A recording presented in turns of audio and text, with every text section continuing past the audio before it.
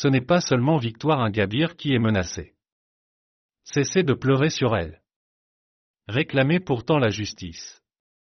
Partout, des voix s'élèvent pour demander de l'aide pour Victoire Ingabire, comme si Kagame voulait la tuer. En fait, vous ne connaissez pas le régime de Kigali. C'est un régime diabolique de violence et mensonge. Ce mot n'est pas suffisamment fort. Avant de commettre des génocides, il crée des diversions.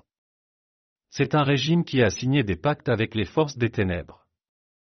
C'est un petit groupe de personnes qui dirigent le pays, mais des personnes assoiffées de sang et de guerre. En fait, nous ne connaissons pas l'ennemi, l'adversaire qui nous fait face. Il n'est donc pas surprenant que, d'échec en échec, nous tournions en rond. Victoire Ingabire est une femme. Elle est une mère. Elle est un symbole de don et de protection de la vie. Et toute personne au Rwanda ou à l'étranger qui veut donner la vie et la survie aux Rwandais, devient une cible pour le régime de Kigali, une personne à éliminer. Pleurez pour vous-même et pour vos enfants. J'ai appris qu'elle a reçu une médaille internationale pour la liberté, la paix et la démocratie. C'est magnifique.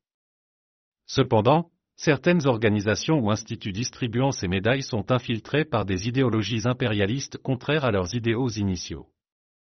Ils louent les lauréats, vendent leurs mérites partout sur la scène internationale, les propulsent à des postes de décision et leur décernent des médailles pour la paix, mais tout cela pour mieux les utiliser dans leur guerre mafieuse. Ces médailles ne sont pas mauvaises, surtout quand elles sont accompagnées de quelque sang.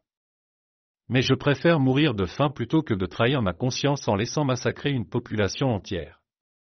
Je transmis ce message au docteur Mukwege lorsqu'il reçut le prix Nobel de la paix.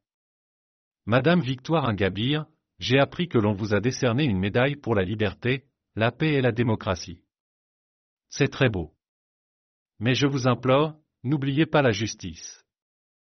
La justice. Pour beaucoup de Rwandais et d'étrangers qui connaissent bien le Rwanda, vous avez provoqué de la sympathie et de l'admiration le jour où vous êtes arrivé à Kigali et avez déclaré ces mots, « Montrez-nous les os des Tutsis ». Je vois les os des Tutsis. Où sont ceux des Hutus? Ces mots courageux ont attiré de la sympathie, de l'admiration, mais aussi la prison. Il est probable qu'aujourd'hui, face à ce régime diabolique et assoiffé de sang, vous ne puissiez répéter ces mots. Mais ne vous inquiétez pas, nous connaissons bien votre terrain politique. Je voulais juste vous rappeler que la question que vous avez posée est toujours pertinente et mérite une réponse urgente. Montrez-nous les os des Tutsis. Où sont ceux des Hutus? Dans presque toutes les églises du Rwanda, les prêtres, les pasteurs et autres, répètent souvent le mot amour.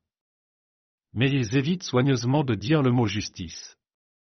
Or, lorsque l'on considère ce qui s'est passé et se passe encore au Rwanda, parler d'amour en évitant la justice est un pur mensonge.